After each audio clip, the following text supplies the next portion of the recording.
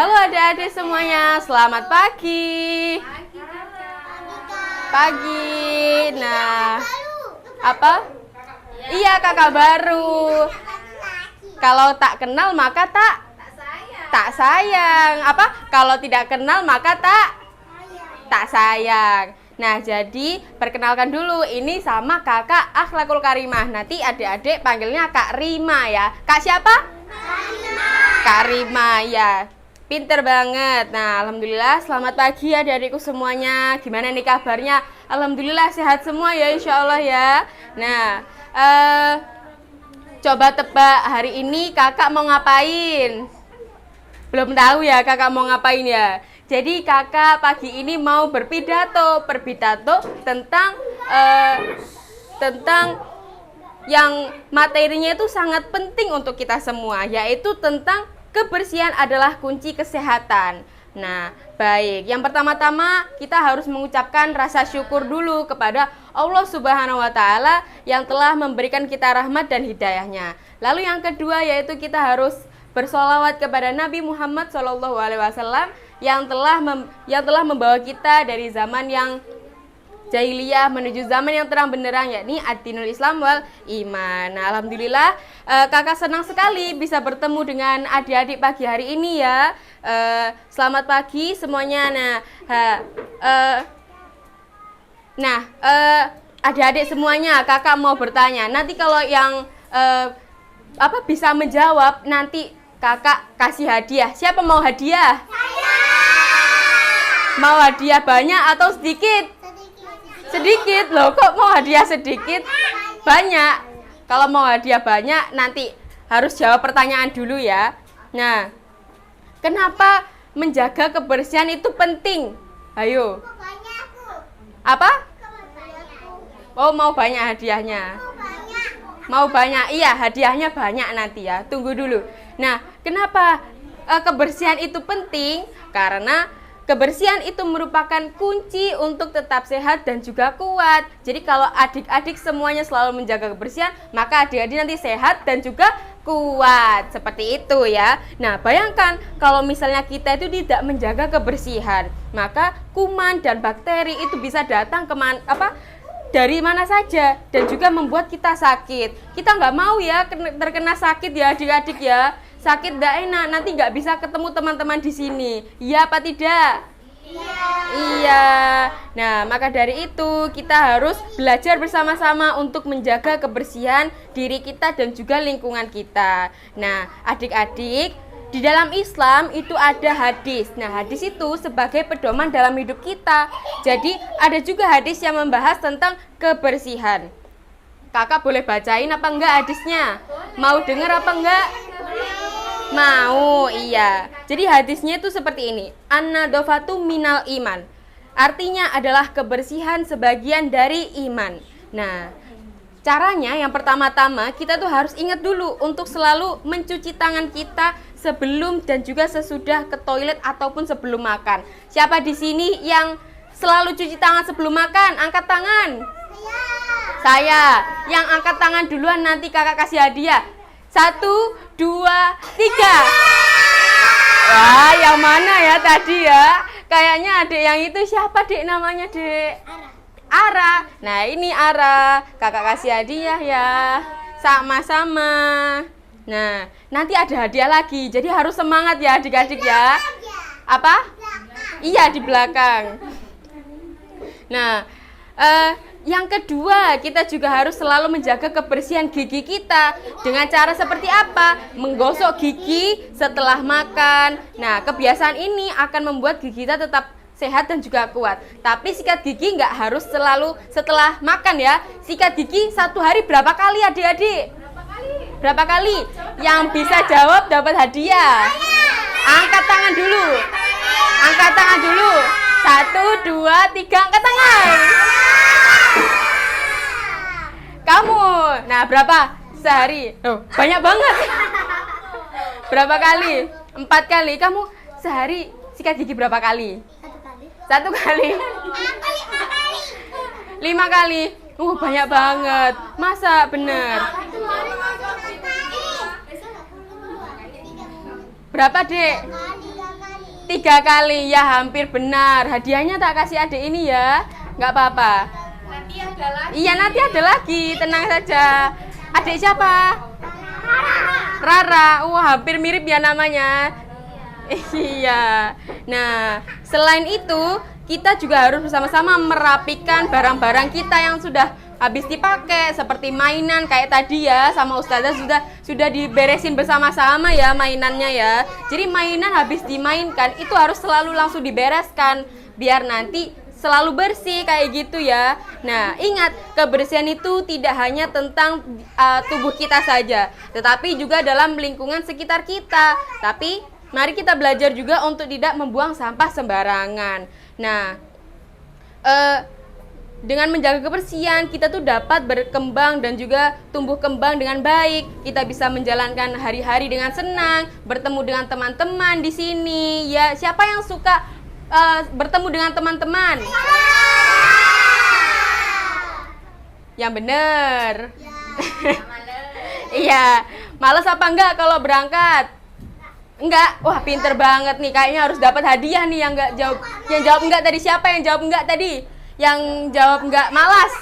Siapa? Adik siapa? Siapa namanya? Sasa. Sasa dapat hadiah dong. Ini untuk adik Sasa. Ya, nah, jadi adik-adik, marilah kita menjaga kebersihan bersama-sama. Ingatlah pepatah yang mengatakan kebersihan adalah sebagian dari iman. Apa adik-adik? Kebersihan adalah sebagian dari iman. Pinter banget. Nah, dengan kebersihan kita tidak hanya merawat tubuh kita, tetapi juga merawat hati kita gitu ya. Nah, terima kasih, mungkin sekian ya dari Kakak Rima hari ini. Mungkin kita semoga bisa bertemu kapan-kapan lagi ya adik-adik ya. Jadi nanti kita bisa bersenang-senang kembali ya. Terima kasih, sekian dari Kakak. Wassalamualaikum warahmatullahi wabarakatuh. Waalaikumsalam warahmatullahi wabarakatuh. Terima kasih. Bye-bye. Baik, saat ini saya akan menjawab pertanyaan dari nomor 1. Jadi, teknik khitobah dalam konteks kehidupan sehari-hari itu dapat diartikan sebagai upaya untuk memperbaiki diri melalui introspeksi, penyesalan, dan tekad untuk berubah. Dapat kita ambil contohnya, itu mungkin seseorang yang merasa bersalah karena perilaku buruknya, itu bisa menggunakan teknik khitobah dengan merenungkan kesalahannya atau muhasabah diri, itu menyesali perbuatannya dan juga menetapkan niat untuk memperbaiki dirinya. Mungkin dapat kita ambil contoh konkretnya, itu dapat dibayangkan ada seseorang yang sering terlibat dalam gosip negatif. Dengan menerapkan teknik khitobah, dia dapat merenungkan tentang dampak buruk dari tindakannya dan juga menyesali perannya dalam menyebarkan gosip misalnya, dan bertekad untuk berhenti serta menggantinya dengan perilaku yang lebih positif. Jadi ini tuh merupakan langkah-langkah konkret dalam menerapkan teknik khitobah dalam kehidupan sehari-hari. Baik, saya akan menjawab pertanyaan yang nomor 2. Jadi, beberapa ulama itu juga mengatakan bahwa rukun khutbah itu melibatkan pujian kepada Allah, lalu ada sholawat kepada Nabi, pembacaan doa khutbah, serta nasihat kepada jamaah. Nah, terkait interupsi dalam khutbah, itu mayoritas ulama itu sepakat bahwa interupsi yang tidak perlu itu sebaiknya dihindari. Tetapi jika ada keperluan yang mendesak, itu bisa dilakukan dengan sopan agar tidak mengganggu kesakralan khutbah. Baik, selanjutnya saya akan menjawab pertanyaan yang nomor 3. Jadi ceramah, khutbah, dan kultum itu memiliki perbedaan dalam format, tujuan, dan konteks penerapannya. Jadi ceramah itu umumnya tuh bersifat lebih bebas dan bisa disampaikan dalam berbagai konteks. Jadi khutbah itu merupakan pidato agama formal yang diucapkan di dalam sholat Jumat dan memiliki struktur tertentu. Jadi kalau kultum itu merupakan singkatan dari kuliah 7 menit.